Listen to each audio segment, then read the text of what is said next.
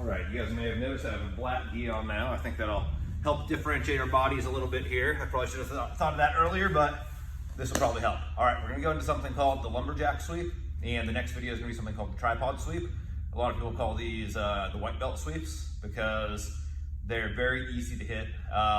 They are not super complicated in the way that they work, and they're very high percentage if the opportunity presents itself. So both of them are generally hit from when somebody's in your closed guard, and they start standing up to get out of it, right? So standing up to break the guard is relatively standard, right? So Dan's in my guard, back down to my guard a little bit, and my legs are crossed. If he starts standing up and like pushing his weight backwards a little bit, it puts a lot of pressure on my ankles, and it's just natural, unless I got really long legs, really advanced guard, for my legs to open up there, right? But when you feel a person standing up, you know there's a good chance that your legs are gonna open and your guard's gonna open. So the first of the two white belt sweeps is a lumberjack sweep. And the lumberjack sweep is when Dan's legs are square like this. So neither leg is in front, neither leg is in back, they're next to each other. As he stands up, I put my feet on his hips, I grab onto either his pant legs or onto his heels, depending how close he is to me. And from here, I literally just pull in with my hands, push with my legs, up on top. I bring one leg up on top like this, so that if Dan tries to close his guard on me, he has to close it around my leg, and it's difficult for him to close it. So let's scoot back a little bit since we're falling pretty far, I think. So here we are. Dan's in my closed guard. He stands up with his legs square, grab onto his ankles or his pant legs.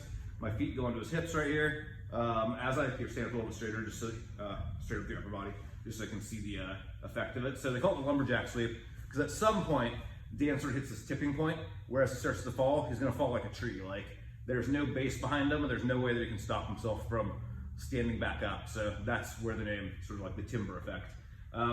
When you feel him falling like that, that's when you're really gonna start sitting yourself up. So I hold on to his pant legs or onto his ankles and use that to help myself sit up. It's just easier and faster. So as he goes, hits that tipping point, that's where I start to pull and bring myself up. If you just let the guy fall straight down and you don't start pulling yourself up, what's doing where you fall down and then I do my sit up. So we're here, boom, Dan goes all the way down, and now I sit myself up. Now I don't really have the momentum. He's gonna start sitting up, I'm gonna start sitting up.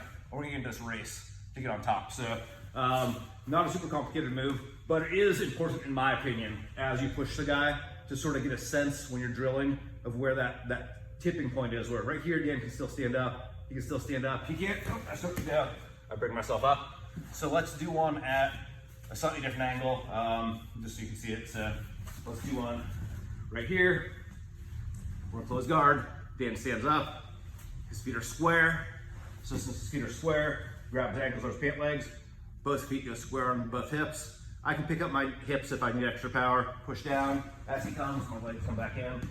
And I sit up into a knee up, which is called combat base, so that I can begin passing the guard without them competently closing their closed guard again.